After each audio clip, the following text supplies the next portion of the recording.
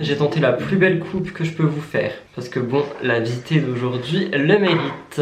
Bonjour à tous et bienvenue pour un nouvel épisode du Talk. Je suis tout seul, je suis dans mon décor, vous allez comprendre pourquoi. Vous l'avez vu au titre, aujourd'hui nous allons recevoir un petit peu plus tard Romy Victory. Dans cette vidéo, je vais vous faire une mini présentation de Romy, de qui elle est, de sa carrière. Et après, en fait, je voulais la voir dans le talk, mais à la base, le talk n'existait pas. Donc je lui avais juste posé 2-3 questions auxquelles elle m'a répondu en vidéo bien gentiment et bien précisément. Et je me suis dit qu'un petit montage de tout ça pouvait vous faire une sorte d'interview pour le talk. Si vous êtes content de me retrouver pour un nouvel épisode du talk, moi j'adore vous faire cette série depuis que je l'ai lancée avec Charline. Je vous mets la vidéo dans le petit i. Je trouve que c'est ultra intéressant, donc je me suis dit, autant mettre Romy là-dedans. Je lui ai demandé son avis et elle m'a dit oui, donc let's go. Je me mélange mes pinceaux parce que je suis ultra excité, mais si vous êtes content de me retrouver, n'oubliez pas de liker la vidéo, de vous abonner à la chaîne, de commenter avec hashtag STT ou hashtag le talk, hashtag tout ce que vous voulez, mais ça me ferait extrêmement plaisir. Et sans plus tarder, on va commencer avec cette coiffure très magnifique, très princière, que j'ai réalisée exprès pour toi, Miss Victory, étant donné que tu es quelqu'un de très chic.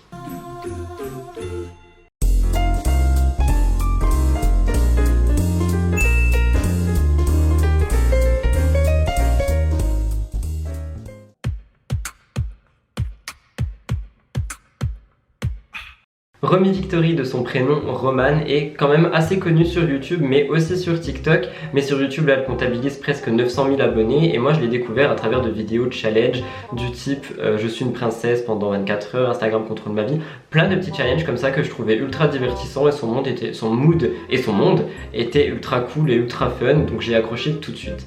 Elle a un style très singulier, très vintage, très elle en fait, c'est-à-dire qu'elle s'identifie beaucoup avec ses vêtements, enfin elle a vraiment une bonne personnalité et on peut pas dire qu'elle ressemble à tout le monde, que ce soit au niveau des vêtements, du make-up et même de l'attitude d'ailleurs. D'ailleurs il me semble qu'elle avait dit que c'est ce style vestimentaire qui lui a donné beaucoup confiance en elle, étant donné que faut l'assumer et que bon au Canada c'est pas pareil, mais avant elle était en France et je pense que si elle avait ce style là avant ici, les regards et les critiques il y a dû y en avoir et je pense que ça lui a forgé un petit caractère quand même. Il n'y a pas énormément de drama sur elle et les seuls trucs vraiment qui l'ont touchée, il me semble qu'elle est, comment on dit, elle a beaucoup de crises d'angoisse, c'est-à-dire qu'elle est angoissée tout simplement, elle est anxieuse, de l'anxiété, elle a de l'anxiété. Et je crois qu'elle essaye de travailler tous les jours sur ça avec de la méditation notamment et plein de trucs dans le genre, mais sinon aucun vraiment drama sur elle à part, je suis Gossip Rudy. Au tout début, quand elle faisait des enquêtes, enfin quand ses abonnés faisaient des enquêtes pour savoir si elle était vraiment en couple avec Vincent ou non, jusqu'à la révélation, une fausse révélation dans cette vidéo.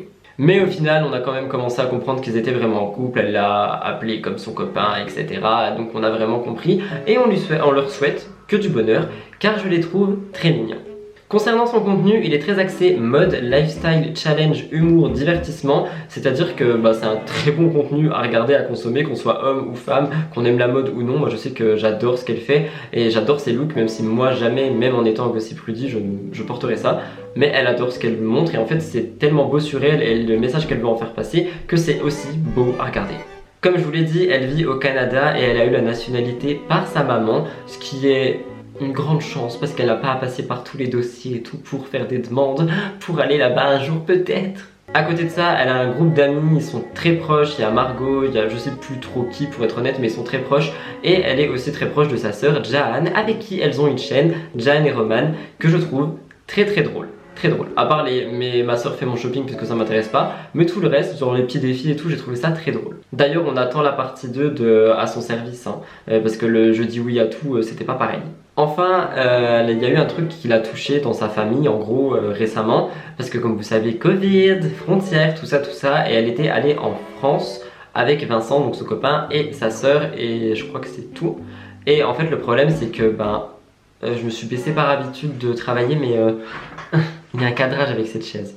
Le truc c'est que du coup Jaan et Roman ont la nationalité québécoise, donc même avec le Covid, elles ont pu tout simplement reprendre l'avion pour retourner au Canada depuis la France. Et Vincent est resté bloqué pendant des mois et des mois. Personnellement je trouve que c'est passé vite. Parce que, enfin je vois dans leur vie ou quoi, mais je crois qu'elle a quand même réussi, en fait elle a réappris à vivre seule, etc.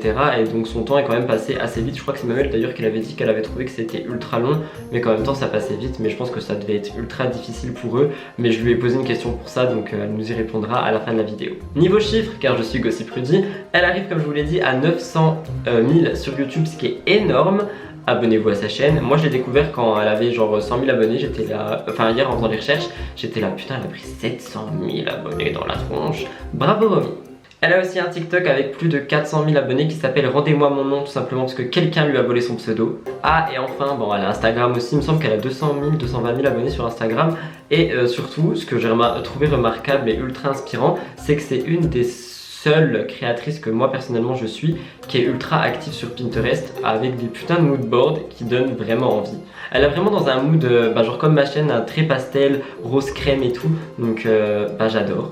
Et enfin, on va quand même en parler puisqu'elle l'a quand même fait, elle a fait une collaboration avec la marque Oh My Case il y a pas longtemps et en gros c'est une marque de coques de téléphone qui n'est malheureusement plus disponible, c'était une édition limitée mais il y avait 6 coques et je trouvais qu'elles étaient ultra belles et c'était vraiment à son image, on avait avec des petits rubans et tout. Je vais vous afficher le teaser, ça sera peut-être plus simple.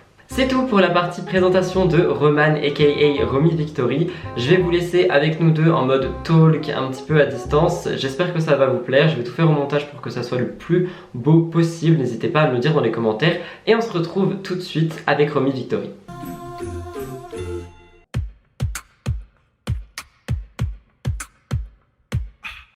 On se retrouve tout de suite avec Romy Victory qui m'a gentiment envoyé les réponses aux questions que je voulais lui poser et que je pense que vous vouliez lui poser aussi sur Instagram. Donc j'espère que le montage que je vais vous faire va être assez distrayant et va vous plaire. J'ai essayé de tourner ça un petit peu en émission télé comme si on l'avait dans un confessionnal. Donc c'est parti. Salut Romy, merci de nous rejoindre pour le talk. Ta première question va être que il me semble que j'ai vu que tu habitais en Bretagne avant les réseaux et je voulais savoir comment tu étais arrivée à Montréal, qu'est-ce que tu faisais avant les réseaux, si tu avais des travails ou des trucs dans le genre, etc. Hello Rudy, j'étais en France, j'ai grandi en France en fait, en Bretagne, dans les Côtes d'Armor, toute mon enfance et mon adolescence, jusqu'à mes 19-20 ans à peu près. Et c'est ça, du coup je connais quand même assez bien la Bretagne, mais j'ai pas vraiment beaucoup voyagé en France, fait que je connais vraiment bien la Bretagne, les Côtes d'Armor précisément, mais c'est tout. Et du coup j'ai étudié en communication, donc je suis vraiment issue d'une école de com, j'ai étudié là-dedans, puis ensuite j'ai travaillé là-dedans en sortant. J'ai travaillé dans une MJC et c'est là d'ailleurs que j'ai rencontré Vincent. On travaillait ensemble dans la même entreprise, c'est une entreprise. Et du coup c'est ça. Et j'ai travaillé là-bas quelques temps, puis ensuite j'ai travaillé dans un bar. J'ai travaillé dans un bar pendant un moment, j'ai été gérante d'un bar. C'est fou, c'est vraiment une autre vie. Et du coup c'était hyper formateur parce que ça m'a permis d'apprendre à gérer en fait un peu une entreprise. C'était mon premier pas vraiment dans la gestion d'entreprise. C'était hyper intéressant. Mais en fait, moi, dans le fond, depuis since day one, même aux études, je voulais vraiment entreprendre, avoir mon entreprise, parce que le côté créatif, le côté entrepreneurship, ça me plaisait vraiment beaucoup. Donc j'avais cette optique-là dans la tête depuis le début, mais je savais qu'en France, c'était assez compliqué d'entreprendre. Et donc, une fois que j'ai terminé cette expérience-là, j'ai décidé d'aller au Canada. Toute la famille du côté de ma mère est québécoise, donc du coup, c'était vraiment plus facile pour moi d'avoir des repères et tout. Et j'ai été là-bas pour fonder avec Vincent et un autre ami notre première entreprise. C'était une agence de communication et c'était vraiment génial. C'était vraiment ce que j'attendais depuis toujours en fait, créer une entreprise, c'était trop bien. Mais là encore, je me sentais un peu, freinée dans plein d'aspects en fait. Ce que je savais pas encore, c'est que j'allais vraiment... En gros, mes clients c'était vraiment mes patrons et j'étais pas trop à l'aise avec ça parce que je voulais vraiment être dans la création et des fois j'étais un peu freinée. Donc c'était une super expérience mais en même temps j'étais pas rendue à 100% là où je voulais être exactement. Et du coup quelques temps plus tard ma sœur s'est lancée sur YouTube et un peu sans le vouloir j'ai apparu dans ses vidéos puis j'ai commencé à faire des trucs avec elle et j'ai atterri sur YouTube comme ça, genre vraiment sans vraiment calculer ni réfléchir à comment j'allais me lancer. Et c'était vraiment nice, du coup je me suis lancée à 100% là-dedans et that's it. J'ai grandi en Côtes d'Armor, en Bretagne, en France. Et ma vie était pas mal normale finalement, hein. Il n'y avait rien de particulier. J'ai grandi dans une petite campagne, j'étais dans un milieu classique, enfin un milieu ouvrier.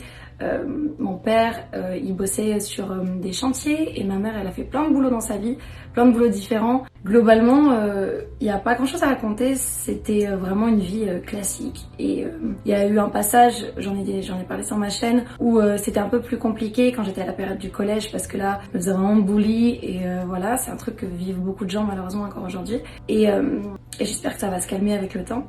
Après, ça peut donner un peu de force aux personnes qui traversent des périodes difficiles au collège, au lycée avec les gens. Moi, ça m'a beaucoup forgé à affronter les choses de la vie ensuite. Et ça a beaucoup, ça m'a beaucoup aidé à forger mon caractère aussi, parce qu'avant, je me laissais beaucoup marcher sur les pieds. J'étais très poreuse en fait à ce qu'on pouvait me dire, au regard des autres et tout ça. Et ça a vraiment totalement changé la donne cette période-là. Je pense que c'était vraiment un mal nécessaire, parce que de toute façon j'irai jamais regretter ce qui s'est passé, parce que ça s'est passé, ça fait partie de ma vie. Mais je pense que quand ça arrive, ça peut être positif des fois. Et je suis certaine que j'aurais jamais été la personne que je suis aujourd'hui si j'avais pas été boulée pendant 3 années de suite. Est-ce que tu pourrais nous donner 3 anecdotes d'enfance que tu te rappelles, qui t'ont fait rire ou qui t'ont marqué, que ça soit toute seule ou avec ta sœur Jahan? Anecdote numéro 1, j'avais un groupe de musique. J'ai pas envie d'en parler.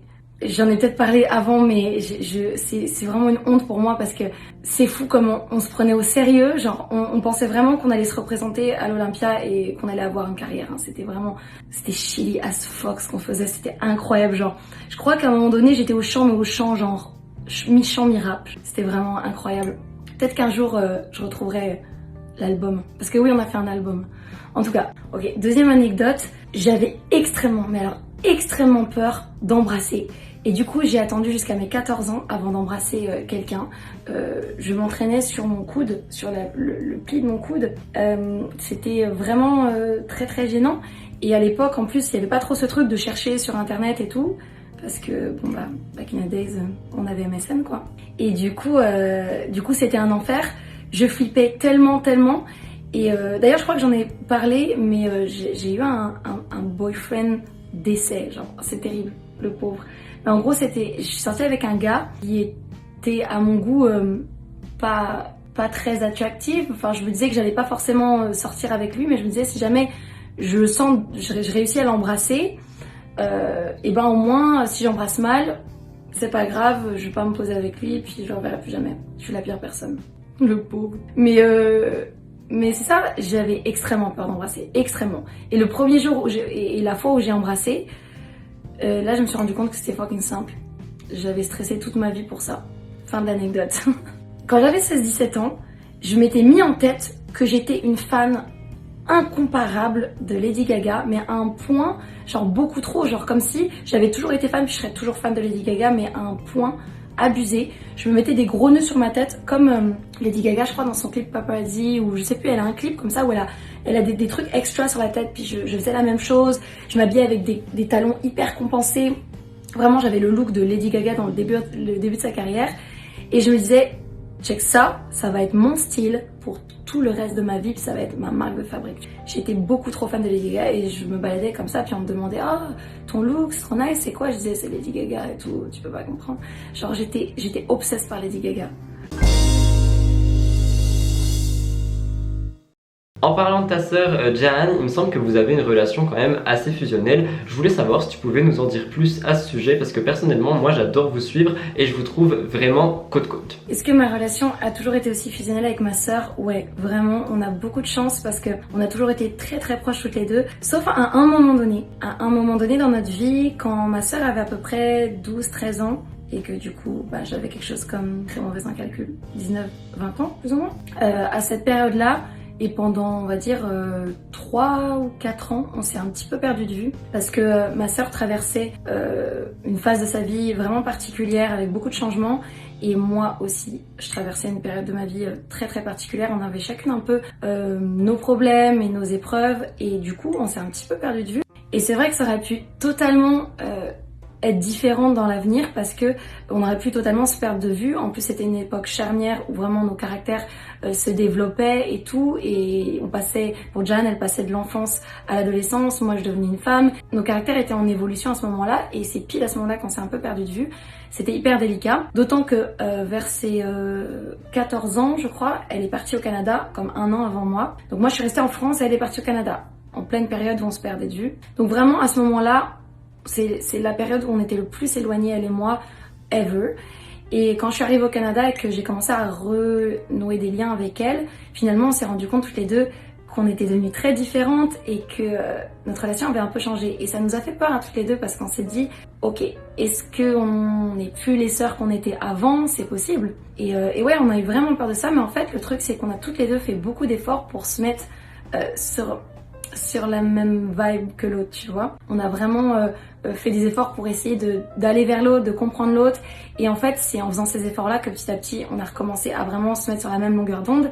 Et je pense que vraiment les toutes premières vidéos qu'on a fait ensemble sur Jan et Roman ou sur la chaîne de Jan, ça a vraiment été à ce moment-là qu'on s'est retrouvés à 100%. Genre, c'était vraiment une période où on était trop heureuses parce qu'on se retrouvait vraiment comme on était toutes les deux avant toute cette période-là. Concernant les réseaux sociaux, on ne sait pas vraiment comment tu as commencé, pourquoi tu as commencé et quand tu vas commencer, c'est-à-dire par exemple Instagram, etc. Quand tu postais tes premières photos, tes premières vidéos. Et je me disais que ça pouvait être assez intéressant de savoir comment est née Romy Victory. J'ai commencé à la Book Era. Pour ceux qui s'en souviennent, c'était une ère où j'étais vraiment fan du vintage et des années 30-40. Et je suis toujours d'ailleurs hyper fan de ces années-là. Et à l'époque, j'étais très extra. Et du coup, je voulais vraiment faire découvrir ces années-là aux gens. Et je voulais vraiment inviter les gens dans mon univers. Et du coup, j'ai commencé sur les réseaux avec ce style-là, hyper années 30-40. J'ai commencé avec un blog. Et ensuite, j'ai basculé sur Insta. Enfin, j'ai commencé à faire plus de contenu sur Insta. Et après, je me suis lancée sur YouTube. Et quand je me suis lancée sur YouTube, dans le fond, j'avais déjà testé un peu ce que c'était avec ma sœur, parce que ma sœur était déjà sur YouTube. Donc j'allais pas vraiment dans l'inconnu, même si c'était un gros move pour moi de me montrer à la caméra pour la première fois, de parler. C'était hyper intimidant. Mais ensuite, j'y suis allée avec le flow et ça a bien été. C'est ça. Je suis désolée de te poser cette question, mais je pense que ma communauté aimerait le savoir et moi personnellement j'aimerais aussi, et peut-être que tu accepteras d'en parler, mais je voulais savoir comment tu as vraiment vécu le fait que Vincent et toi ayez été aussi longtemps séparés, même s'il me semble que tu avais dit que ça t'avait permis de te retrouver avec toi-même, de réapprendre à vivre seul. Je voulais savoir si ça allait et si ça s'était assez bien passé. La séparation avec Vincent, ça a été très compliqué pour moi parce que je sortais d'une période où j'étais quelqu'un de très angoissé, à tel point que j'avais extrêmement du mal à rester toute seule chez moi, à me déplacer toute seule à certains endroits. J'avais aussi beaucoup d'agoraphobie. Et du coup, du jour au lendemain, je me suis retrouvée sans Vincent, à vivre toute seule, alors que je venais à peine de recover de toute cette anxiété et que je venais à peine de retrouver mes repères.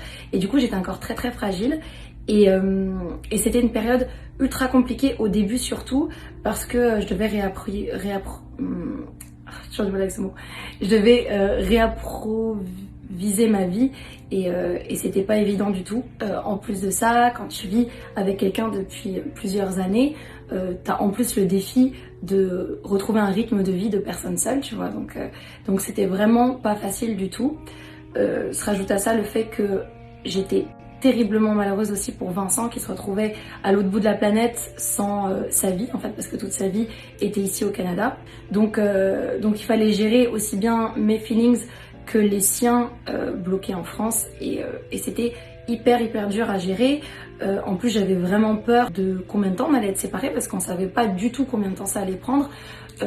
Pour vrai, à partir du moment où il est reparti en France, je me disais on en aura au moins pour 4-5 mois. Et voire beaucoup plus longtemps en fait, parce que on savait même pas s'il allait vraiment avoir de billets retour dans les 6 mois, dans les 1 an, on savait rien du tout en fait d'enfant. Donc j'étais dans le flou total et c'était super compliqué. Et à côté de ça, à côté de toutes ces épreuves qu'on vivait, il fallait qu'on continue quand même à travailler et à faire ce qu'on fait au quotidien, c'est-à-dire créer du contenu, faire des vidéos, tout ça. Et moi je tenais vraiment à ne pas cacher mes feelings, ce que je ressentais et tout à mon audience. J'avais pas envie de faire semblant que tout allait bien et que ma vie roulait comme avant, parce que c'était pas du tout le cas. Du coup je me suis dit check, ça va être l'occasion aussi de parler un peu de ce que tu ressens aux gens et de leur expliquer un peu comment tu traverses ça. Donc c'est ce que j'ai fait et finalement au fur et à mesure des semaines et des mois, petit à petit ça a commencé à aller mieux et puis j'étais bien entourée, j'avais ma sœur, j'ai mes amis autour de moi, ma famille aussi.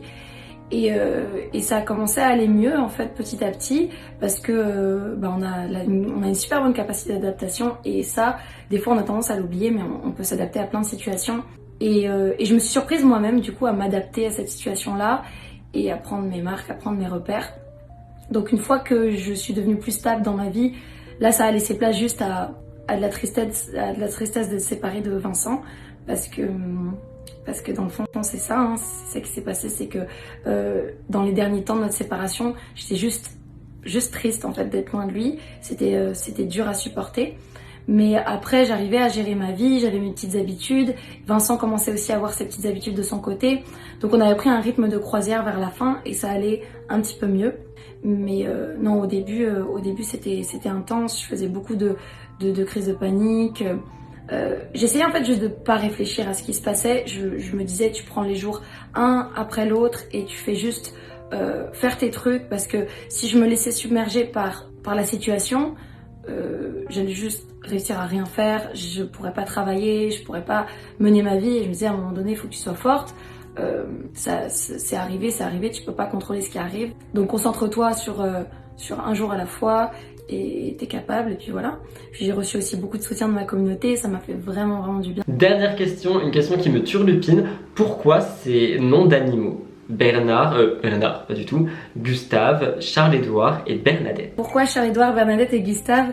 Mes chats, c'est clairement des rois chez moi, donc ils méritent des prénoms princiers.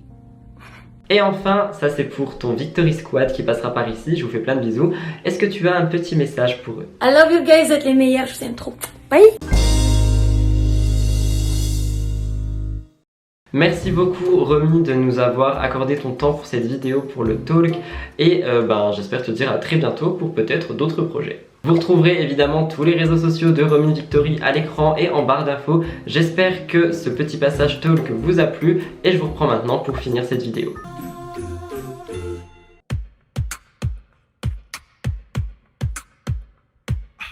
Voilà tout le monde, c'est tout pour cet épisode du talk assez spécial, assez distanciel, assez coronavirus. Mais je tenais vraiment à avoir Romy Victory avec moi dans le talk, étant donné que c'est quelqu'un que j'adore, que je trouve vraiment passionnante et très inspirante. Et je la suis vraiment depuis des années, elle m'a accompagné partout. Donc ça me tenait à cœur d'avoir des gens que moi j'apprécie et qu'on voit pas forcément dans d'autres interviews. C'est-à-dire qu'on va vraiment se focus sur des youtubeurs gros, qui percent beaucoup, qui font des grosses vues, etc. Et moi j'ai envie de vous partager mes pépites à moi et les gens qui correspondent à mon contenu et qui me correspondent à moi-même. Quoi qu'il en soit, si cet épisode du talk vous a plu, n'hésitez pas à mettre un petit like pour me soutenir parce que c'est quand même beaucoup de travail, croyez-moi. N'hésitez pas à me dire qui vous aimeriez voir sur le talk dans les commentaires, n'hésitez pas à me rejoindre sur Instagram, à vous abonner au réseau de Romy, tout est dans la barre d'infos. Je vous fais plein de gros bisous et je vous dis à très bientôt pour une nouvelle vidéo. C'était Gossip Rudy pour le talk avec Romy Victory. Bye!